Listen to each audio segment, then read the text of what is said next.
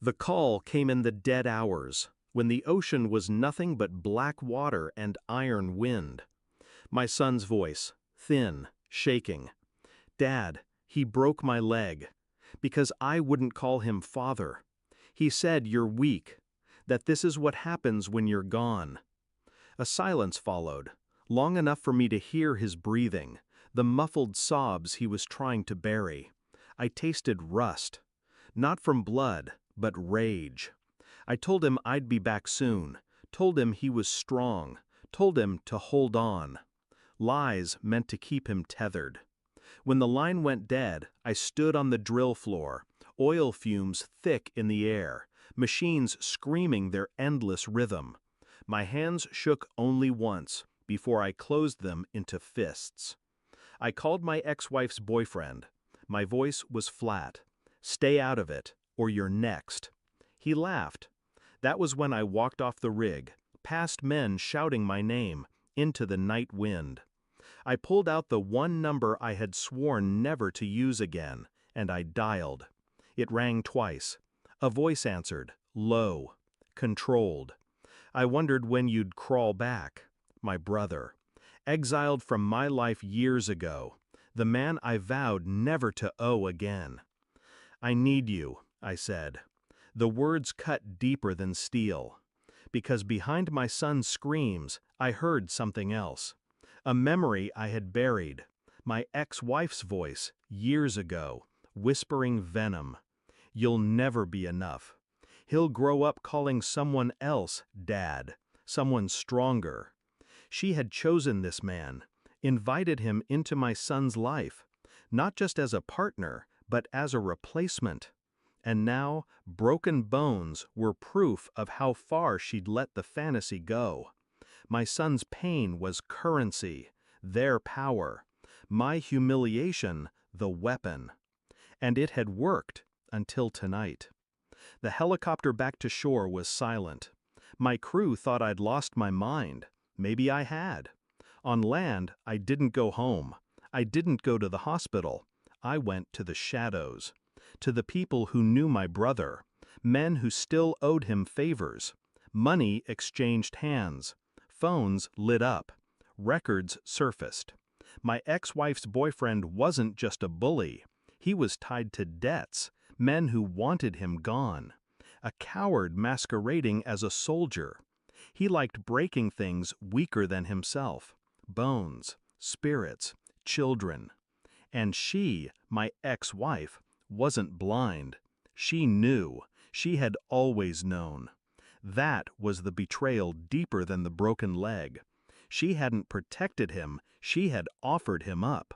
To spite me, to wound me where I couldn't defend myself. Every document I pulled, every whisper I heard, added weight to the knife I would soon twist.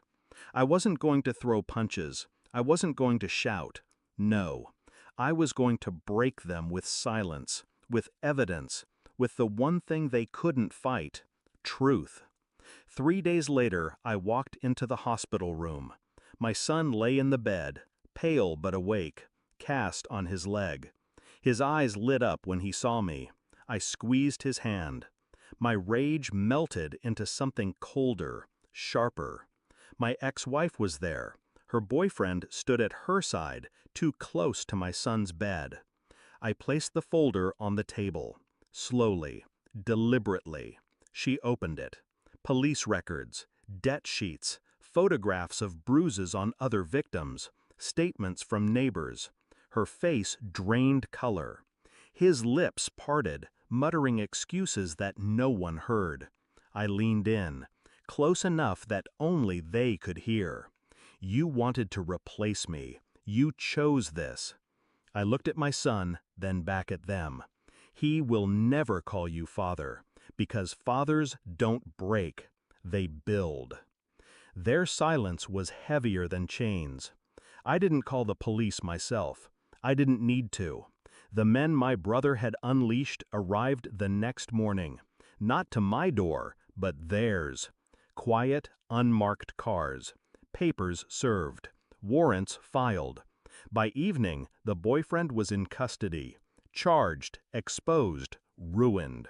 The debts he owed would ensure he never breathed easy again. As for her, my ex-wife, she stood outside the hospital screaming at me, begging, threatening, all the same words, recycled from the years she had used me like a punching bag. I only stared at her, calm, detached. "You wanted me out of his life," I said. "Now you're the one erased." I walked past her, into the hospital, into my son's room. Her voice faded, swallowed by the corridors. That night, I sat beside my son's bed, his hand gripping mine even in sleep. His chest rose steady, his breath no longer trembled.